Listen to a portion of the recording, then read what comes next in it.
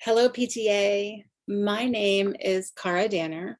I am the School Health Advisory Committee rep, the FCCPTA rep to the School Health Advisory Committee and the Health and Wellness Chair for FCCPTA.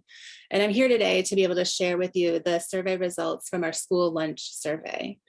FCCPTA administered this survey to inform how we can best advocate for safe and equitable lunch experiences for all students. I'm going to highlight some of what we've learned. We've also created a document summarizing the results and our requests moving forward. Before I begin, I want to remind you that all of the data that we're presenting today is self-reported by parents and families via this survey. This is not official information collected directly from Fairfax County Public Schools or schools themselves.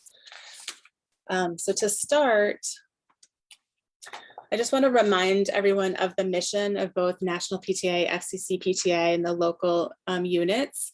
I do this because it's a reminder that our primary purpose and primary focus is always advocacy.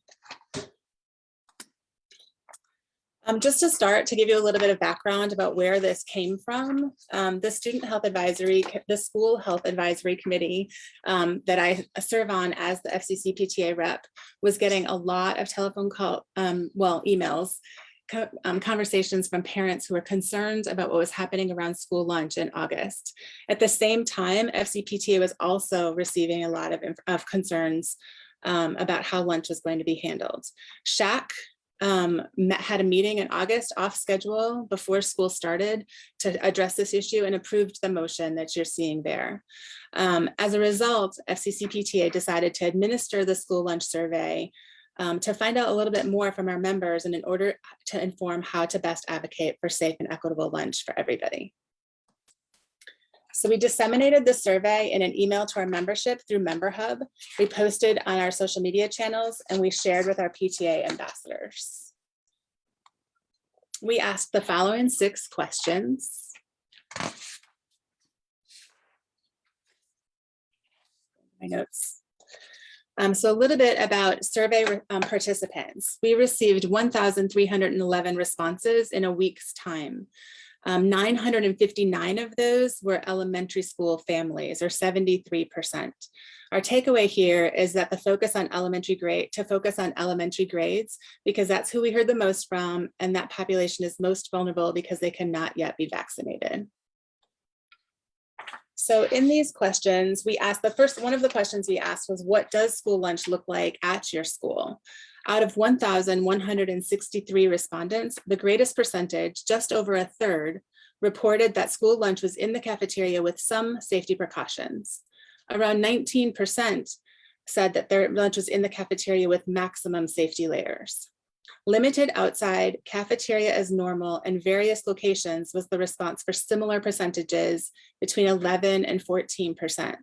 Our key takeaway here is that outside options are heavily underutilized. Cafeterias should have maximum safety layers, and that the cafeteria as normal, we should be seeing 0 of that happening. No clue should also be 0 and indicates a need for improved communication. So in terms of outdoor lunch, the survey data indicates a strong interest in increased direction from FCPS administration about safety mitigation during lunch. Families want FCPS to leverage their outdoor spaces for safer lunch strategies, especially at the elementary school level. You can see from the table that interest in outdoor options is the highest among elementary parents. That's at 41%. You see that here. Other respondents, cafeteria with some safety precautions is the most frequently reported lunch scenario. You can also see strong interest in other mitigations across school types.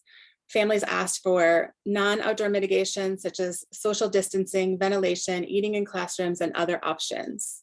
There are parents, especially at the high school level, who are either fine with their current lunch scenario or who do not want an outside option.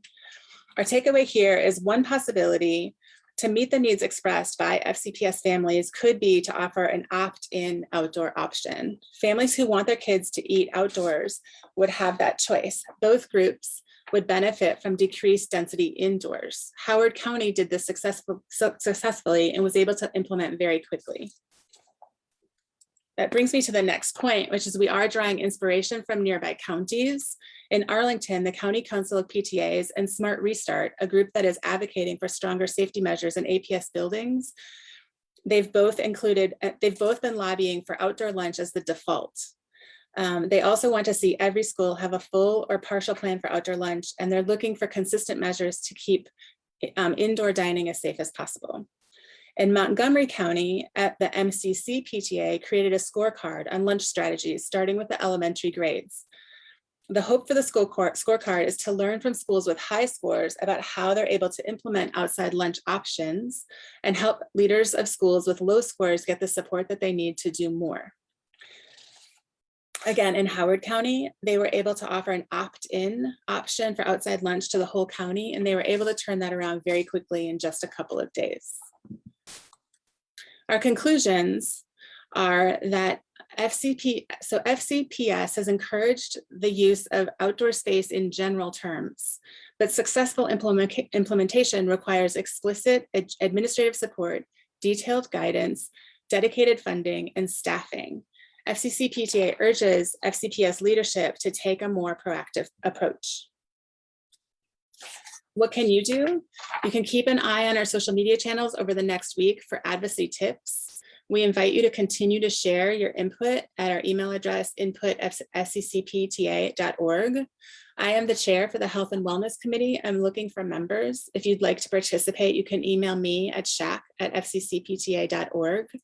And we do need ambassadors in several pyramids. Ambassadors are essential to ensure that your pyramid is connected, and it helps us communicate with our members. I want to thank the people who participated. I want to send a special thank you to Angie Boyce for her expert data synthesis. We also had exec board members working to compile data over the holiday weekend. Brenda Sylvia Toma is the SHAC co-chair and really helped with slide preparation.